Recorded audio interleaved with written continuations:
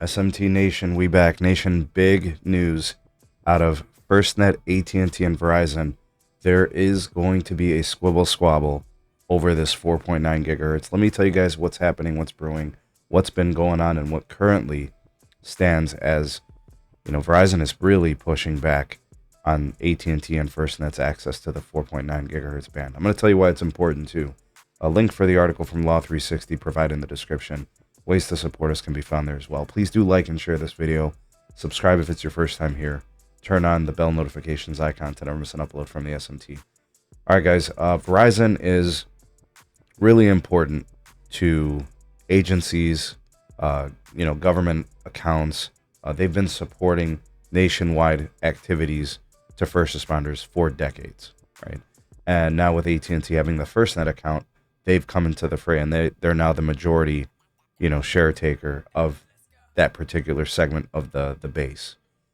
And when AT&T landed the FirstNet contract several years ago, and they got access to that exclusive band 14, and then they had the requirements of how they had to build it and give first responders on FirstNet access to preemption, priority on the commercial network, and the FirstNet core. It was a big network boost for AT&T, even after years of falling behind in wireless, right? So it's been huge for them. The next piece appears to be a potential 4.9 gigahertz band that could potentially be assigned to FirstNet or provided to FirstNet from the FCC. Verizon is pushing back, and I don't blame them. They're pushing back because they would like to see the 4.9 gigahertz be distributed or assigned in a very different fashion. In other words, they want to be involved. They don't want to see it go to FirstNet, and I don't blame them. They want a piece of that, whether it's supporting part of the band themselves and putting up radio gear themselves, or being part of the FirstNet contract or whatever. It's an exclusive contract. There's nothing they could do about it now, but I get why they're fighting for this, for a different outcome for this band. 50 megahertz of prime mid-band spectrum, right? It's going to be full power. It's going to be really good. It'll probably be good enough to work indoors, to distance, and those types of things. It would probably perform, look, and feel a lot like C-band, right? So just throwing this out there, it appears to be some pushback from Verizon, and they're going to continue to do that, and Verizon's got great questions. They want clarity and transparency from AT&T on FirstNet. They want to know more about the band 14 utilization, commercial network usage versus FirstNet. How much usage is FirstNet used on there? Do they even need the 4.9 gigahertz band? Is the 10 megahertz enough already, right? That's where Verizon's mind is, and I think those are great questions.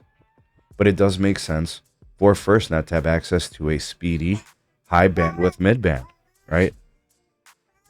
So I think Verizon's got a good case. I think they've got a good I think they've got a good argument to make here, and if I'm them, I'm fighting this as well. So I totally agree with it. The one thing that's left to be seen, and we're gonna have to figure this out when this plays out, is does the FCC have the legal authority to do this, to assign it to FirstNet, or is it going to be something it's just going to have to be auction kind of deal? I don't know. I know AT&T will politic and fight for it, and for FirstNet to get it, right? And FirstNet's going to fight for this too. They want access to it, and that's really where I think things are. Verizon will be actively putting in the work to fight this. Let's see how it all plays out. But what do you guys think should be the outcome?